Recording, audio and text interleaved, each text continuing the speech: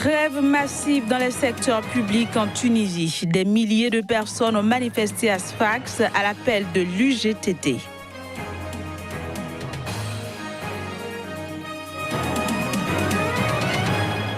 Montée de violence au Zimbabwe, les ONG de droits de l'homme dénoncent un usage excessif de la force pour réprimer la contestation.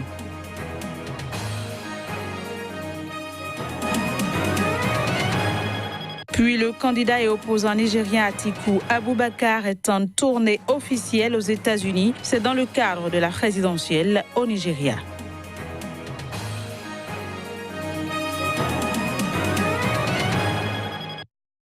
Merci de prendre le rendez-vous. Bienvenue à toutes et à tous sur Sika TV.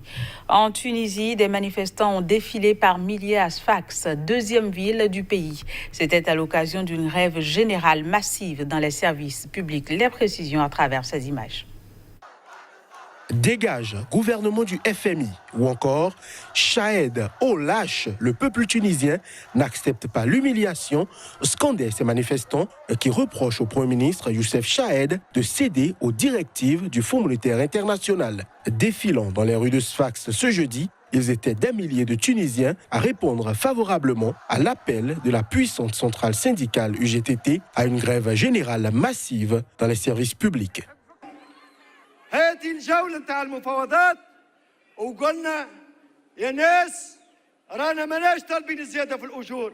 Dans ce round de négociations, nous avons dit, nous ne demandons pas d'augmentation salariale, nous demandons de rééquilibrer le pouvoir d'achat. Et c'est parce que vous avez détruit ce peuple, affamé ce peuple, appauvri ce peuple. Ils ont vendu la Tunisie, hypothéqué la Tunisie. Mais nous ne la céderons pas. Mais votre combat, ô fils et filles de Hacheb, c'est plus que les augmentations salariales. Vous allez défendre la Tunisie, l'immunité de la Tunisie et l'indépendance de la décision nationale.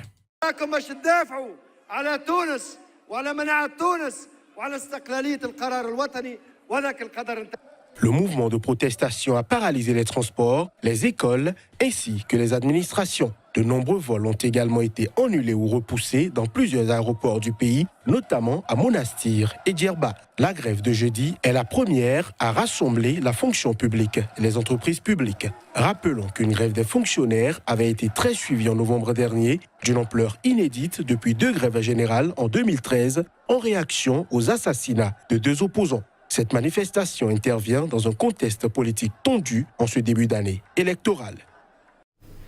Le pasteur contestataire zimbabwéen Evan Mawarire a refusé ce jeudi devant la justice, a réfuté, disais-je, ce jeudi devant la justice les accusations de subversion pour son soutien à la fronde sociale qui agite le pays.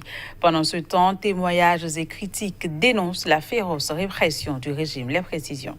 L'acte d'accusation dévoilé à l'audience lui reproche d'avoir enregistré et publié une vidéo destinée à la population qui est devenue virale et avait pour objectif de saper le gouvernement constitutionnel. Eh bien, il n'y a pas de résultat. L'affaire a été reportée à vendredi. Nous saurons donc pourquoi l'État dit qu'il y a une affaire, alors qu'il n'a même pas regardé la vidéo où il aurait exhorté les gens à protester.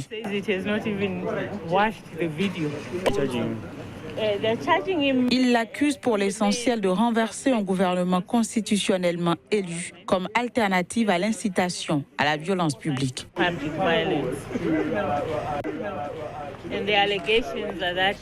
Les allégations sont qu'il a dit que le gouvernement doit s'occuper des défis économiques, que les obligations doivent disparaître et que les gens doivent être payés en dollars américains. Nous ne savons pas ce qu'il y a de criminel là-dedans, parce que tout le monde le dit. Tout le monde le dit. Donc tous ceux qui le disent sont passibles d'arrestation.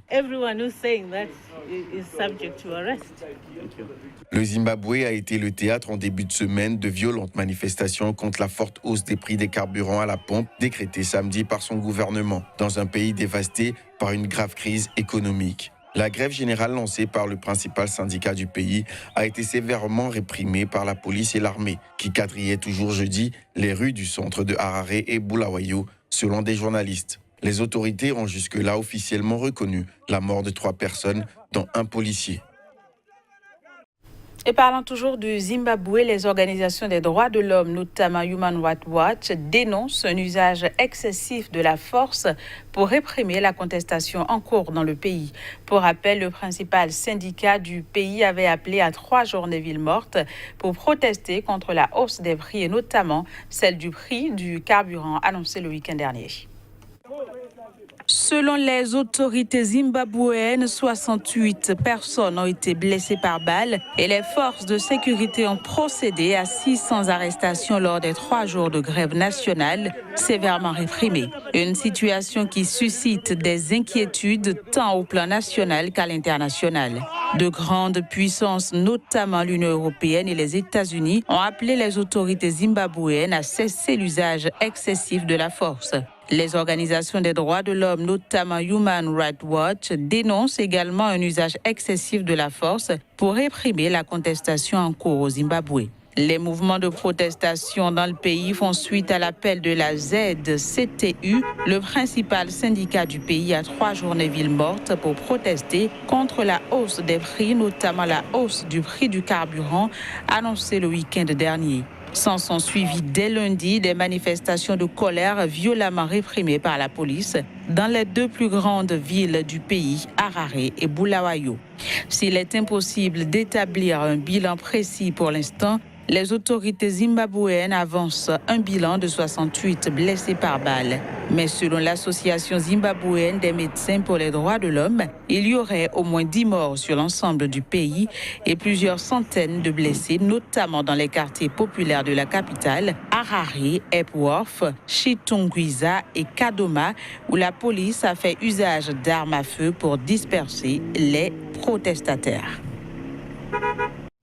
Mauvaise nouvelle pour les pro-Gbagbo. Laurent Gbagbo et Charles Blé Goudé resteront finalement en détention jusqu'au mois de février. Ainsi en a décidé la Chambre d'appel de la Cour pénale internationale. Et pendant ce temps, le gouvernement ivoirien a, dans un communiqué, et ce dans un esprit de décrispation, promis un geste financier à l'endroit des victimes qui restent toutefois sceptiques. Reportage. Des mesures additionnelles seraient prises au plan matériel et financier en faveur des victimes de la crise post-électorale en vue de les soutenir davantage. L'annonce du gouvernement n'est pas plus détaillée pour le moment, mais le geste est salué par le collectif des victimes en Côte d'Ivoire. Le problème, selon son président Isiaka Diaby, c'est que jusqu'à maintenant, mis à part une prime d'1 million de francs CFA à chaque famille des 3000 personnes tuées en 2010-2011, les fonds décaissés pour les indemnisations n'ont jamais été versés. Nous savons que c'est de la volonté politiquement du président de la République, qui est le seul aujourd'hui qui mène des actions, se soucie de la situation des victimes. Mais malheureusement, certains de ses collaborateurs directs posent des actes contraires à la mission qu'il leur a confiée, dénonce Isiaka Diaby. Et d'ajouter, ils n'ont pas versé l'argent. Il n'y a pas de liste de victimes. D'autres ont reçu l'argent, tel que le ministre Mariatou Kone, aujourd'hui, qui tantôt dit « j'ai reçu 10 milliards », tantôt dit « j'ai reçu 20 milliards ». Depuis 2015, elle n'arrive pas à remettre les fonds aux victimes. Désormais, le collectif compte bien être partie prenante dans la distribution des fonds et dans une politique d'accompagnement des victimes sur le long terme. Notre expertise est très importante. Les victimes se confient mieux à nous, assure Isiaka Diaby, pour qui cette indemnisation est une reconnaissance nécessaire aux victimes qui estiment n'avoir pas obtenu justice. L'Union africaine a mis la pression sur la République démocratique du Congo en demandant la suspension de la proclamation des résultats électoraux définitifs ainsi que l'envoi d'une délégation de haut niveau à Kinshasa.